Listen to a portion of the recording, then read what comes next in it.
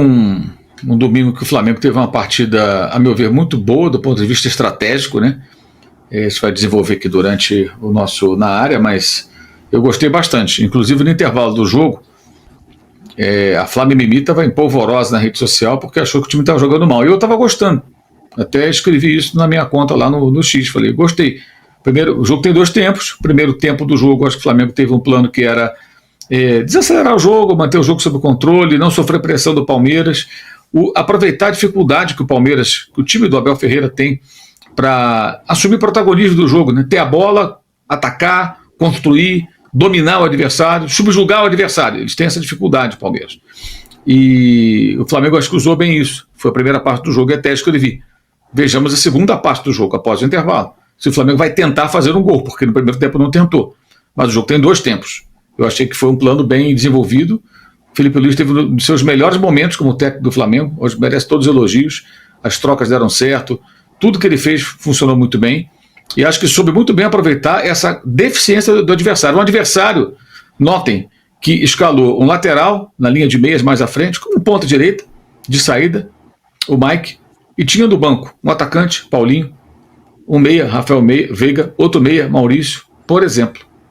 Ou seja, com várias opções para jogar de diferentes formas e ter jogadores que criam, que finalizam, que dão passe para gol, que fazem gol, que agridem, né? Jogou com um atleta, talvez esperando, sei lá, que o Flamengo desse espaço para aquele setor, talvez que o Mike fosse fazer a jogada do primeiro gol do Palmeiras na final de Montevidéu 2021, mas é outro técnico, é outro momento, é uma outra situação. Enfim, e acho que o Felipe foi muito bem mesmo. O Flamengo fez uma partida muito boa. E sobre a arbitragem a gente vai falar aqui durante, né? Não vou me aprofundar mais a respeito do tema. Um desastre, a arbitragem péssima, mas isso também todo mundo já esperava. Todo mundo que é minimamente atento já esperava uma arbitragem ruim. Vou começar falando sobre o jogo de ontem ainda. Eu estou vendo muita gente da imprensa, sobretudo a imprensa paulista, querendo dar uma narrativa de como se o Flamengo tivesse vencido por conta das polêmicas da arbitragem. A arbitragem foi polêmica? Sim, tanto para o Palmeiras quanto para o Flamengo. E, para ser sincero, eu acho que o Flamengo foi até mais prejudicado, porque ainda teve o cartão amarelo para o Gustavo Gomes, que poderia ter mudado a história do jogo também. O Palmeiras ficaria com 1 a menos. Então, essa narrativa não vai colar. O Flamengo ganhou do Palmeiras porque o Felipe Luiz foi extremamente inteligente. O Flamengo não teve uma exibição de gala, muito pelo contrário. Acho que o jogo no primeiro tempo foi bem chato, segundo tempo o jogo melhorou, mas nos 90 minutos o Flamengo mereceu vencer, e venceu porque o Felipe Luiz foi muito inteligente. Ele foi muito inteligente, ele mostrou que estudou demais a equipe do Palmeiras, inclusive o segundo gol com participação dos 3 jogadores que ele colocou em campo. O Alacian, Pedro e o Ayrton Lucas, que foi o autor do segundo gol. Então essa narrativa não cola. O Flamengo ganhou porque mereceu ganhar e porque o Felipe Luiz mostrou novamente porque que ele é um grande treinador. E sobre o Alacian, uma curiosidade aqui, números do SofaScore. O Alacian do Flamengo é o jogador da Série A que precisa de menos minutos para participar de gol em 2025. Segundo o SofaScore, esses são os números do jovem de 20 anos. 12 jogos, sendo um como titular, 4 gols, 3 assistências, 7 participações em gols, 46 minutos para participar de gol e 2,8 finalizações para marcar. Ou seja, ele precisa de menos de 3 finalizações para poder fazer um gol. Então, números interessantes do Alacian, que recentemente não foi relacionado em algumas partidas do time profissional. Hoje a gente já trouxe aqui o motivo, não estava desempenhando bem no dia a dia, mas é um garoto que, com a cabeça no lugar, vai voar. Ainda bem que ele botou a cabeça no lugar, voltou a desempenhar bem no dia a dia e tem sido convocado pelo técnico Felipe Luiz, que continue assim o Alacian, porque você tem um futuro extremamente promissor. E por falar em atacante, Bruno Henrique não compareceu ao STJD como havia sido convocado, mas não foi culpa do atacante. Informação que a gente apurou. O STJD remarcou 3 vezes o horário de depoimento do Bruno Henrique. Seria online às 15 horas da tarde, depois às 13, aí depois anteciparam para a parte da manhã. Mas o Bruno Henrique estava no CT Ninho do Urubu treinando pelo Flamengo, como já estava previsto. O treino do Flamengo começou 10 horas da manhã. Ou seja, não tem como ele estar em 2 lugares ao mesmo tempo. O STJD mostrou aí, digamos assim, uma certa desorganização. E aí, um novo depoimento, um novo dia para o Bruno Henrique Depô vai ser marcado e a gente vai informando por aqui. Agora vamos falar de uma notícia maravilhosa. Eu confesso para vocês que eu estava com um certo medo do que havia acontecido com o Gerson. Ontem, nas outras redes sociais, eu até publiquei que na primeira análise dos médicos algo de grave havia sido descartado, que não parecia ter sido nada grave, mas é óbvio, como vocês médicos me acompanham aí, o médico, para dar um diagnóstico, precisa dos exames. Fizeram uma primeira análise ali no vestiário, mas precisava dos exames. E aí, os resultados dos exames saíram. E o Flamengo divulgou o seguinte: substituído no segundo tempo da partida entre Palmeiras e Flamengo, Gerson passou por exames clínicos e de imagem ainda na noite de domingo. Os resultados indicaram apenas uma leve inflamação no joelho esquerdo. Já nessa segunda-feira, no CT Jorge Gelau, o atleta se apresentou normalmente com o restante do elenco e realizou trabalhos com a fisioterapia. Ufa! Eu estava com certo medo e receio de que ele tivesse rompido alguma coisa, porque o lance foi extremamente feio, gente. O pé dele prendeu, o joelho virou.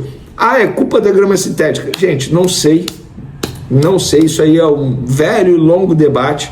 Não vou ficar aqui falando da grama sintética, que eu acho que não deveria existir, mas é uma opinião minha, é algo pessoal, isso aí é um debate longo, mas que bom que não aconteceu nada de grave com o Gerson.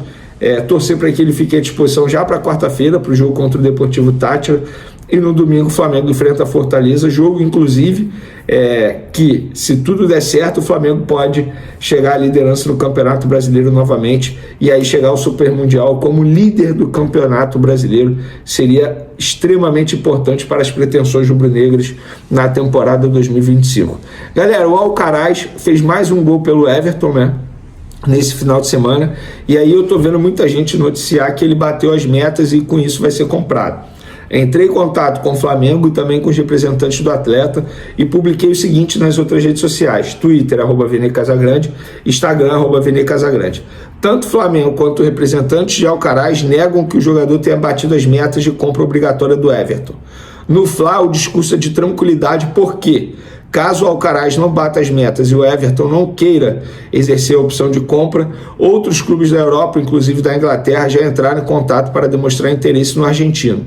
O jogador, segundo os representantes, está feliz no Everton e vê com bons olhos uma permanência. Onde eu quero chegar? O Flamengo vai vender o jogador, não quer continuar ou manter o jogador aqui para o restante da temporada. O Flamengo quer negociá-lo.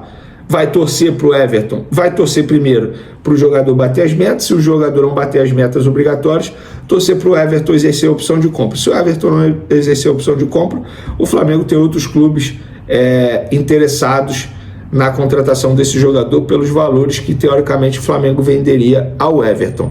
Então é isso, só trazendo a informação para vocês.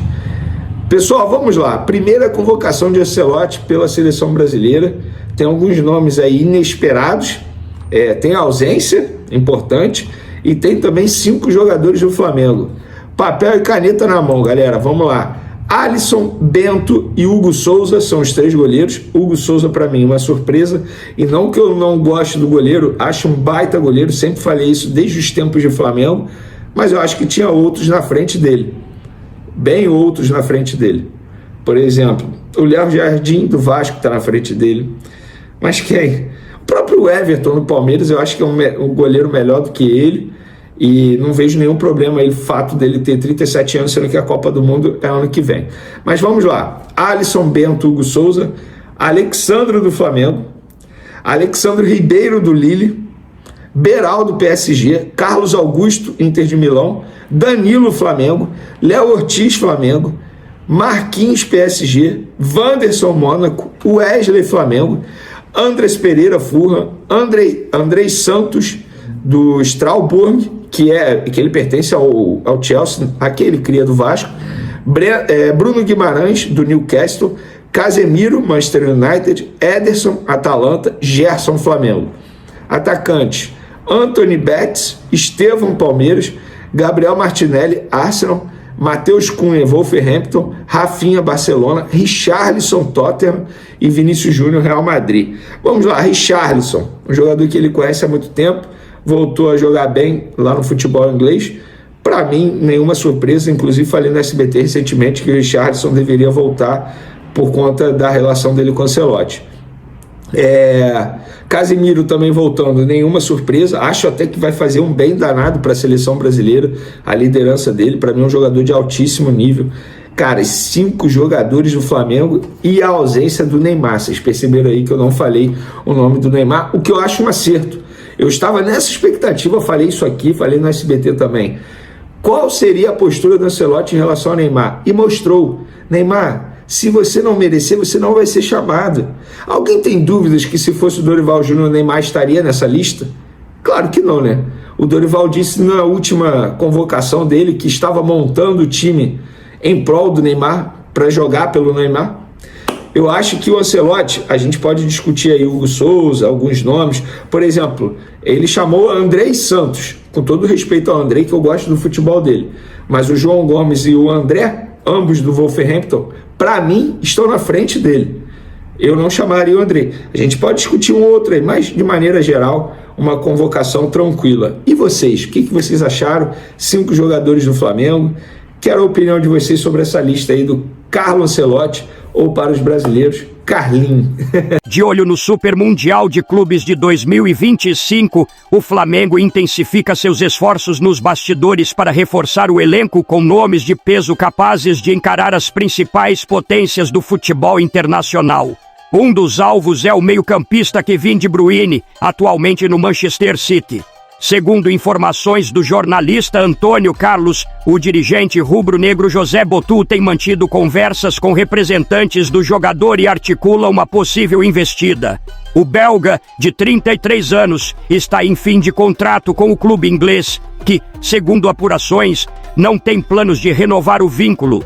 A expectativa é que De Bruyne fique livre no mercado ao final da temporada. Apesar da idade, o camisa 17 segue entre os melhores do mundo em sua posição e é visto como um reforço de enorme impacto para o cenário sul-americano. De acordo com fontes próximas ao clube, Botu já iniciou contatos diretos com os empresários do atleta e uma proposta oficial deve ser apresentada nos próximos dias.